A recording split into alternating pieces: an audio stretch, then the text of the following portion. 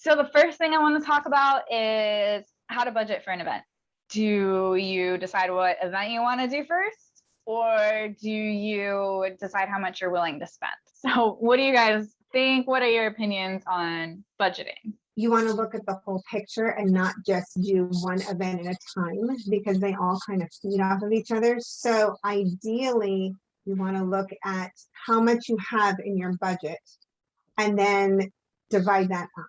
And so you can kind of use a framework of, a couple of in-person social events, a couple of in-person educational events, and we can talk about ballpark costs for each of those and then break that down. You also want to make sure that you keep in mind any internal soft costs as well as any unexpected costs. And you might also be able to get some of those costs reimbursed. What is soft cost? Your team. Okay. Your team. A lot of times advisors don't think about all the ancillary costs, printing invitations, supplies, extra batteries, all those little pieces.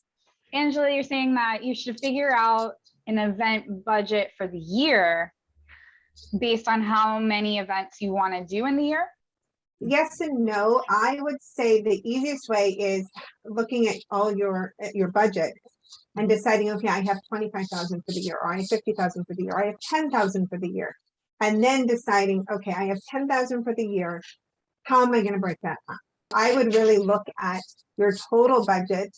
And if you're really fluid on your budget, then I would look at how many events you want to do and the months. Maybe do a quick piece of paper, all the months, and just kind of sketch out, when are your clients and your prospects most engaging? Do they travel during August? Do they usually go away in December? When do you hear from them the most? And that's usually when you want to have your event. Hayley, how much would you say an event costs if it's a smaller event, like 15 to 20 people? I mean, it depends on if you want to do a webinar or an in-person event as well. So, I mean, if you roughly, for right now, we're working on cooking class. I would say that cooking class is probably about $5,000 for just the in-person event. And so, and that is for 15 people. But it all depends on the event and what you want. And so it all depends. Honestly, it changes from event to event. Like, let's say, okay, I've got $10,000. How should they then budget that $10,000 for one event? At least what I've seen, the venue is usually the most expensive thing. And then you kind of go from there. What do you think is the most important pieces that they should absolutely 100% include in their event plan, regardless of their budget? So like the venue is going to be the most, then the food after that is going to be the second. And then kind of after that, it kind of just depends on your priorities, but that's typically the most two important: venue and food. Audio visual can really get expensive very quickly. So I tell advisors, if they have a conference room or an office that's conducive to bringing people in, that will cut the cost immensely. In regards to your question of, okay, if they have $10,000 for the whole year, how do they plan that? How do they use that? If they just want to do one event, I would say do a holiday event and do it a large one, an open house, or family event, or perhaps a summer event where you can include your clients, your prospects, and your centers of influence. Budgets aren't always met.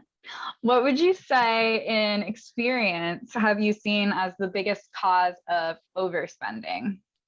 I would say not getting an accurate head count. Some people may say that they're coming and then they don't show up, but then you've already paid for them. So then there's a lot of extra money that is spent but not put to use. You can have a lot of people not show. Any tips on how to avoid that happening? Calling, confirming, lots of touch points. When you see them in the office, mention how excited you are to see them. Send them a confirmation email, send them a confirmation phone call. Where do you see advisors cutting costs that they shouldn't be? In the little details. So if there's music playing in the background, maybe they should have that, or raffles, or just like little party favors and just the little details that tend to get forgotten.